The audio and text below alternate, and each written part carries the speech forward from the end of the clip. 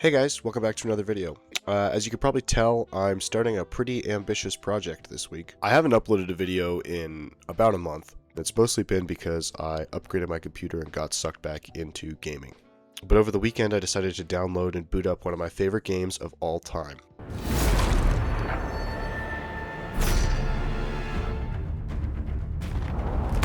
At its peak, H1Z1 was the first and, in my opinion, the best Battle Royale game out there.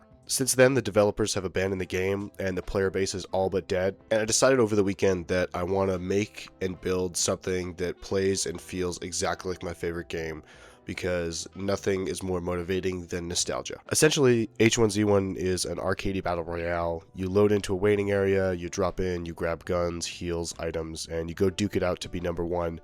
Of course, there's a lot more to it than all that, but for today I want to keep it simple. The movement and recoil in H1 has gone through many phases, with the best, most fondly remembered era being the pre-season 3 era. Since then, the recoil was changed back, but in that time, other games have come out, and Daybreak Games, the developers of H1Z1, have totally lost the faith of their fans. Now, you might have heard the phrase, the best way to eat an elephant is one bite at a time. And this week, the bite I decided to go for was movement. More specifically, just walking, running, crouching, and jumping.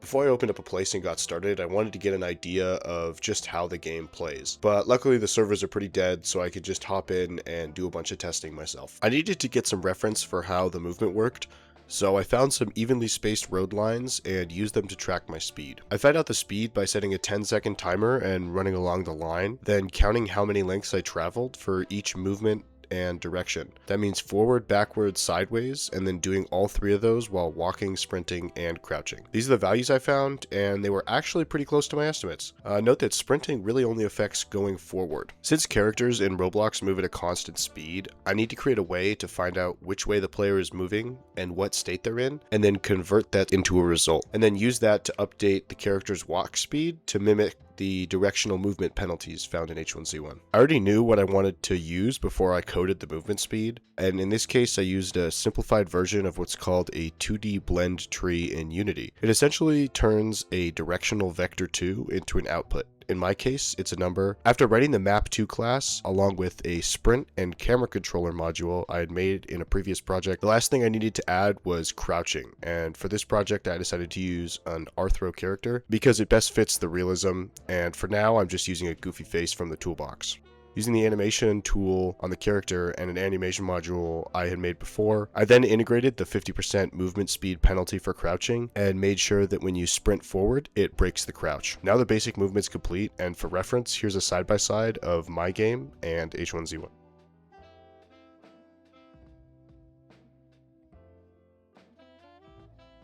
Now you're probably asking, what about the jump mechanics? And you would be right, I didn't add the jump mechanics. There's actually two types of jumps in the game. There's like a frog jump where you're glued to the floor and then you kind of leap up. And then there's like a sprinting leap jump. And both of them maintain the same direction that you're going in when you perform the jump. And you get little to no air strafing, whereas generally in Roblox you do. And I honestly spent all week trying to figure out how to implement the two jumps.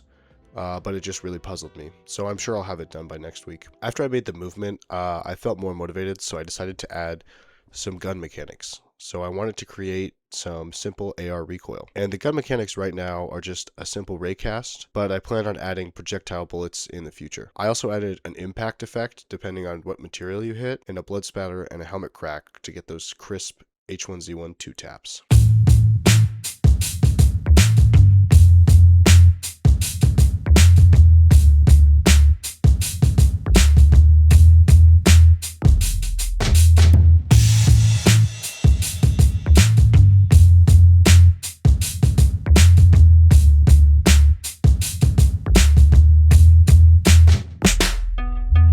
Okay, so it was around this point that I decided to start working on the item models and the UI. So you can see I'm working on a med kit model, a helmet model, a model for the rifle, some ammo models, even working on the pickup indicator here.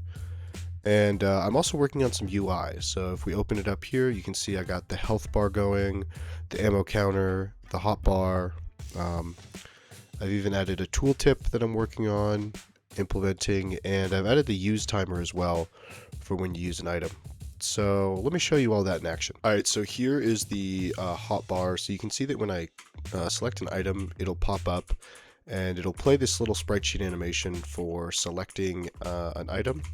And then if you wait long enough, about 3 seconds, it will fade away. You can also see too that if I push the key that I've bound, F, it's going to do a test timer. And you can see that it's a radial timer, and it does the countdown and completion just like H1 used to do. I haven't rigged up the ammo counter or the health bar to work yet, but there are also indicators for whether or not you have a helmet or an armor equipped, and whether or not you're using a bandage or a med kit. I also added to the hotbar there's a little white bar that will pop up when you're healing, and I implemented that to display how much you're going to heal. I also implemented a free look camera that you get by hitting left alt, and if you release left alt, it'll look in the direction that you're facing, which is how H1 works. My main goal for next week is to get the jump completed. I want to get the jump down, but along with that, I want to put my character model into Blender and get started on some animations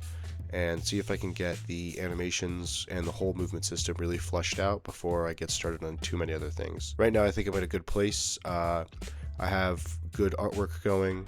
Some of this is just artwork I found online straight from the game. Same with the models, but some of the stuff like the med kit and these ammo boxes is stuff I've made myself. Okay, so this video is a little bit shorter than the other ones, but I definitely put a lot more effort into the editing and the output of the video, and I really wanted to get it out before the weekend, so it's a little bit shorter. And for this video too, I made a script and I did a lot more planning behind it, and I'd really like to know whether or not you guys like this format more. So if you like it or you dislike it, let me know down below in the comments. If you want to get more updates or anything like that, you want to see more of my videos, go join my Discord, and the links are all found in the description. As always, let me know what you think of this video and what you might want to see in the comments. I read them all. I take the time to read them all. Thanks for watching. Have a wonderful day.